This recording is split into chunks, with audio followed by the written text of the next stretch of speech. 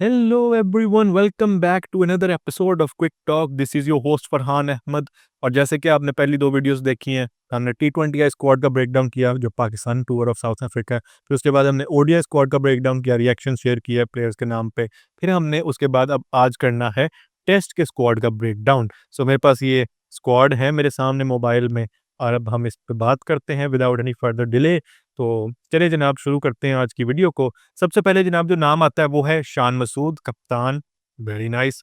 Saud Shakeel, vice कप्तान, again very good. Aamir Jamal, good. Abdullah Shafique, great. Babar Azam made a comeback in the test squad as well after being left out of the last two test matches against England, one in Multan, one in Rawalpindi. Babar Azam is back, by the way. Great. I believe he should be back and he should be playing both test matches in South Africa on number 4 obviously, क्योंकि हमें बाबर की ज़रूरत है भाई। वहाँ पे जितनी lateral movement और बेस एंड बाउंस होगा, I believe Babar could do good for Pakistan there. फिर आपके पास आ जाते हैं जी मिडिल ऑर्डर के players, and those are Haseebullah and Kamran Ghulam. Kami ji is there, good on him as well. बनता था उसका कि आप उसको स्क्वाड में रखो। Sorry, Haseebullah Khan is there as well, so good के किसी तो स्क्वाड में हसीबुल्ला इंक्लूडेड है।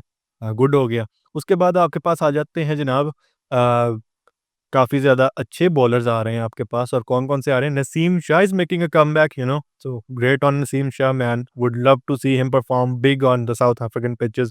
और अभी कायदे ट्रॉफी भी खेल रहा है, सो ऑब्वियसली अच्छी उसकी प्रैक्टिस हो रही है रेड बॉल की। उसके अलावा जनाब हमारे पास आ जाते हैं Khurram Shahzad is also making a comeback. ये बंदा बांग्लादेश वाली सीरीज़ के बाद इंजर्ड हो गया था, इंग्लैंड वाली सीरीज़ में नहीं खेला।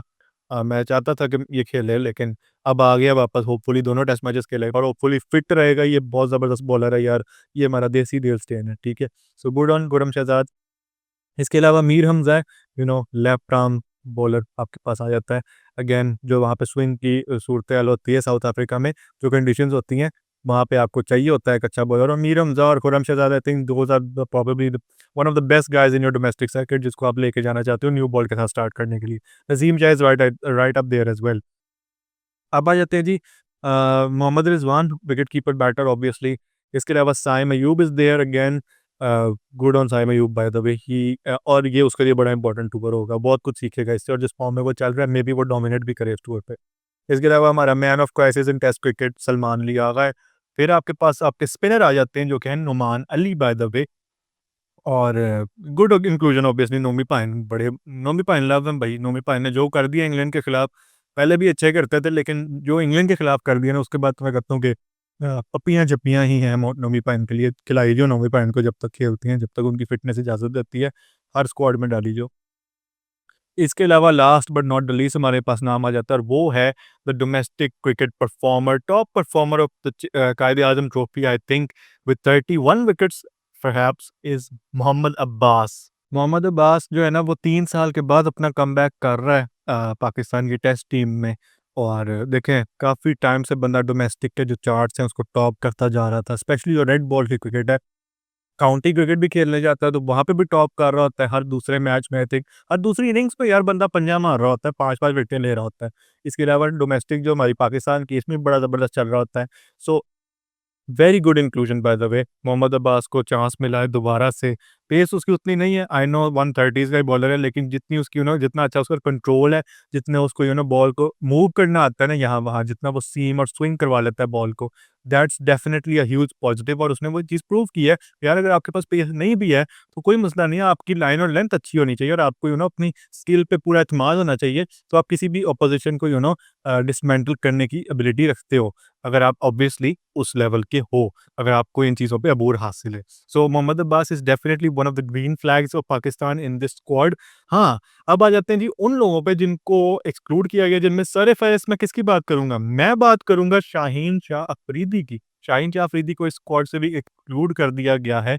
पहले तो वो पहला टेस्ट मैच खेला था मुल्तान में, जो इंग्लैंड के खिलाफ था। उसके बाद दोनों टेस्ट मैचेस नहीं खेला, जैसे नसीम और बाबर नहीं थे खेले।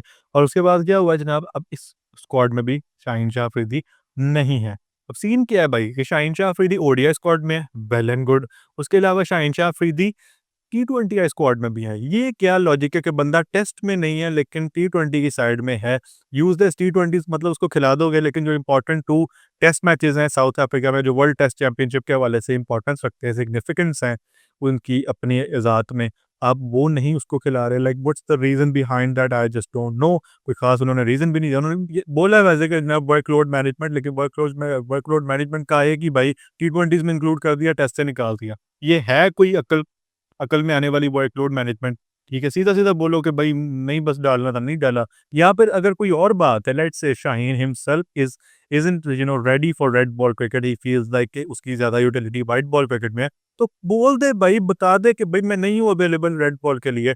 ये बस मतलब आधी-आधी चीज़ें मत किया करो। आप या तो खुल के बताया करो फैन्स को, क्योंकि फैन्स ही सबसे बड़े आपके स्टेक होल्डर्स होते हैं। जो भी बात है फैन्स को बता दो कि भई ये चीज़ है, इस तरह से है। शाहीन हमारा व्हाइट बॉल के लिए लिमिटेड रहेगा और रेड बॉल के लिए हमारे ऑप्शंस बिल्कुल ही डिफरेंट होंगे।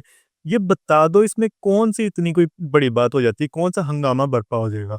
अगर ऐसी नहीं बात तो फिर ये बताओ कि टी20 में क्यों सेलेक्ट किया और वो रेड बॉल से क्यों निकाल दिया। ये कुछ चीज़ें हैं जो कुछ समझ नहीं आती कि आपके बॉल की गेम क्या चल रही है बॉस। बड़ा कोई मुश्किल सीन हुआ पड़ा है यहाँ पे। बॉस बहुत मुश्किल हो रही है यहाँ पे, वो वाली बात आ जाती है। तो अ, शाहीन शाह अफरीदी की जो एक्सक्लूजन है वो सबसे बड़ा क्वेश्चन मार्क है बाय द वे। इसके अलावा अगर हम देखें तो ज़ाहिद महमूद, मेहरान मुमताज़ ये लोग नहीं है, ये पिछले स्क्वाड में थे। मोहम्मद अली भी नहीं है bye the way, which I am fine with. ये जो लोग निकले हैं इनसे मुझे मतलब उतना ज़्यादा मसला नहीं है। एक बंदे से लेकिन थोड़ा बहुत है, that is Sajid Khan bye the way. 19 wickets थी उसकी इंग्लैंड के खिलाफ जो टेस्ट सीरीज़ थी उसमें। आई थिंक नोमी पाइन की 11 थी, ठीक है। 11 थी कि कितनी थी? मुझे अब एग्ज़ैक्ट नहीं याद आ रहा। लेकिन साजिद की तो 19 थी, ये मुझे याद पड़ता है कि हाँ, Sajid picked up 19 I think across the 2 test matches. तो साजिद नहीं है। एक आर्गुमेंट किया जा सकता है कि साउथ अफ्रीका में जो कंडीशंस हैं, वो ज़्यादा पेस बॉलिंग ऑप्शंस के लिए बेस्ट रहती हैं। सो अगर आपको एक आधा स्पिनर खिलाना है तो maybe it is Noman Ali. तो उतना मुझे इश्यू नहीं है यार, ठीक है, साजिद होता है, नोमी पाइन होते हैं, जो भी हो I am fine with it, ठीक है? क्योंकि वहाँ पे ज़्यादातर आपको जो इन्हिसार है वो पेस बैटरी कह रहा हूँ, पेस फैक्ट्री पे रहेगा ऑब्वियसली। सो ठीक है, बैलेंस स्क्वाड है। I am happy with the squad. बस एक शाइन वाली बात मुझे कोई समझ नहीं आई कि क्या लॉजिक है, क्या नहीं। So hoping for the best obviously. I hope Pakistan can win at least one test match in South Africa because they have literally never done that before. It will literally be history making.